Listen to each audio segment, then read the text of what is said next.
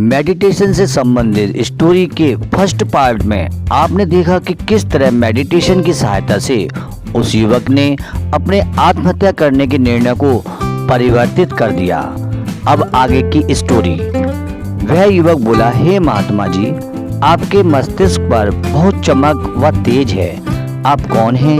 महात्मा जी मुस्कुराए और बोले, इस संसार में लोग मुझे महात्मा बुद्ध कहते हैं। यह सुनते ही वह युवक उनके चरणों में गिर पड़ा और बोला, हे भगवान, आप मुझे अपना शिष्य बना लीजिए।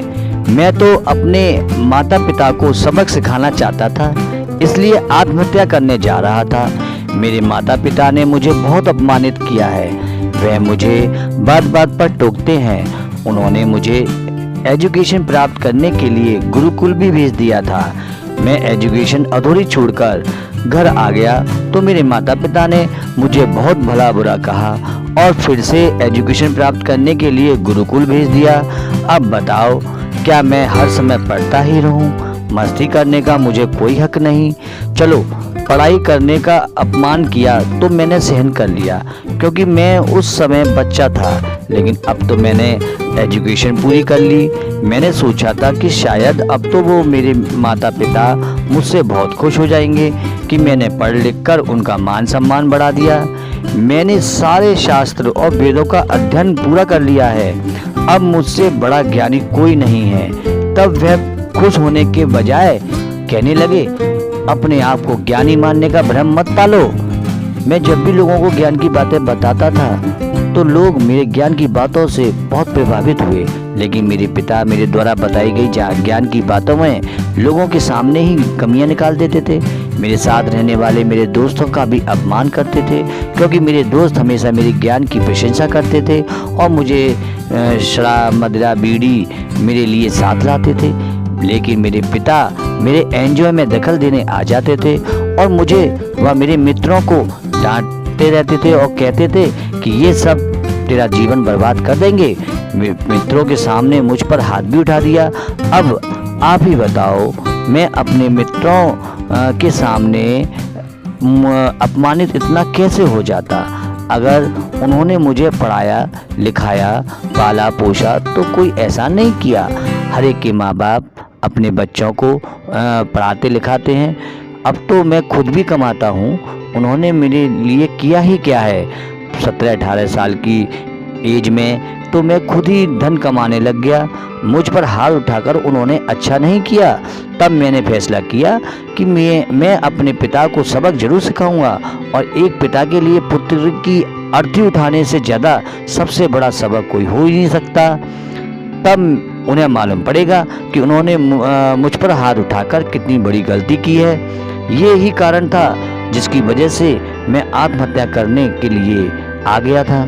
इस पर भगवान बुद्ध बोले, मुस्कुराए और बोले, मुझे एक बात बताओ, जो ज्ञान तुमने प्राप्त किया है, अगर वो ज्ञान तुम्हें आत्महत्या करने से ना रोक पाया तो तुम कैसे ज्ञानी हो पाए? तो तुम ज्ञानी नहीं हो।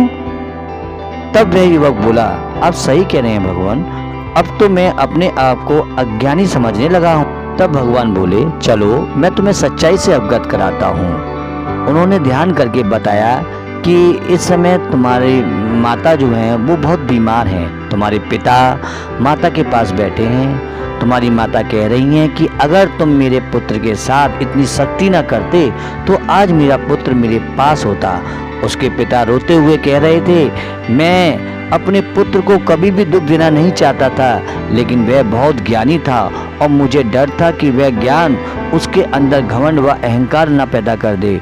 और जब मैंने देखा घमंड अहंकार के कारण वह भटक गया है, क्योंकि यह मैं जानता था कि घमंड अहंकार खुद को ही बर्बाद कर देता है। मैंने देखा कि उसके मित्र उसकी प्रशंसा करके उसको गलत रास्ते पर ले जा रहे थे और उसे नशा करना सिखा रहे थे। यह मुझ पर देखा ना गया और उस पर मेरा हाथ उठ गया। भला तुम ही बताओ, कौन माँ बाप चाहेंगे कि उसका बेटा पढ़ाई अधूरी छोड़कर उसे नशे की लत लग जाए, वह घमंडी अहंकारी बन जाए। लेकिन मुझे लगता है कि शायद मेरी परवरिश में ही कोई कमी रही होगी। मैं एक अच्छा पिता नहीं बन पाया, जितना तुम अपने पुत्र से प्यार करते हो उससे कहीं ज़्यादा मैं भी अपने पुत्र से प्यार करता हूँ। भला तुम ही बताओ कौन से माँ बाप यह देखकर खुश होंगे कि उनका बेटा उनसे बदतमीजी से बोलता है, घमंड के साथ ताना मार कर बोलता है। वह कहता है कि हमने उसके साथ किया ही क्या है। तुम ही बताओ, यह सुनकर किस माता पिता का दिल दुखी नहीं होगा। आप तुम ही बताओ। अब वह युवक बोला, हे भगवान, अब मैं समझ गया, आपने मेरी आंखें खोल दी।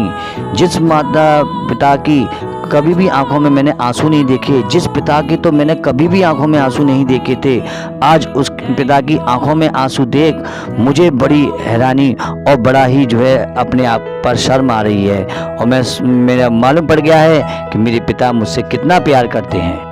अहंकार या घमंड वह पात्र है या बर्तन है जो कभी भरने का नाम ही नहीं लेता है। अहंकारी व्यक्ति सुखी परिवार, धन, पद, प्रतिष्ठा पाकर भी दुखी रह जाते हैं। हर स्थान, हर जगह अपने को ही सही समझने और सही सिद्ध करने का प्रयास करते हैं कि वो सही हैं और सब गलत हैं। मेरे पिता ने मेरा अपमान क्यों किया? अगर मैं धैर्य के साथ सोचता तो समझ में आता कि वह मेरा भला ही चाहते थे। मैं अज्ञानी समझ ना पाया कि जो मेरा भला चाहते हैं मैं उन्हीं को सबक सिखाने चला था। आज मुझे पता चला कि माँ बाप का प्यार निश्चल, बिना किसी कपट और निस्वार्थ होता है। हे भगवान, आपने मुझे बहुत बड़ा पाप करने से रोक लिया। आत्महत्या करना बहुत बड़ा पाप है। अब मैं अपने माता पिता की सेवा करूँगा और उन्हें कभी जवाब नहीं दूंगा। अब मैं भी महात्मा जी की तरह मेडिटेशन या ध्यान किया करूँगा। मेडिटेशन करने वाले कभी गलत रास्ते पर नहीं चलते, वह भटकते नहीं हैं। मैं अभी से 10 मिनट डेली मेडिटेशन यानी ध्यान किया करूँगा। सबसे बड़ी बात यह है कि ध्यान यानी मेडिटेशन करने से सुख, शांति और सुकून मिलता है। घर में लड़ाई झगड़े, मनमुटाव कम होने लगते। जीवन को सही राह दिखाने के लिए, सुख व शांति प्राप्त करने के लिए मेडिटेशन यानी ध्यान जरूर करना चाहिए। चाहे डेली 5 मिनट तक ही ध्यान करें। मेडिटेशन करने से हमारे सोचने, समझने व महसूस करने की शक्ति बढ़ जाती है। यदि आप मेडिटेशन करेंगे तो गलतियां करने से भी बचेंगे।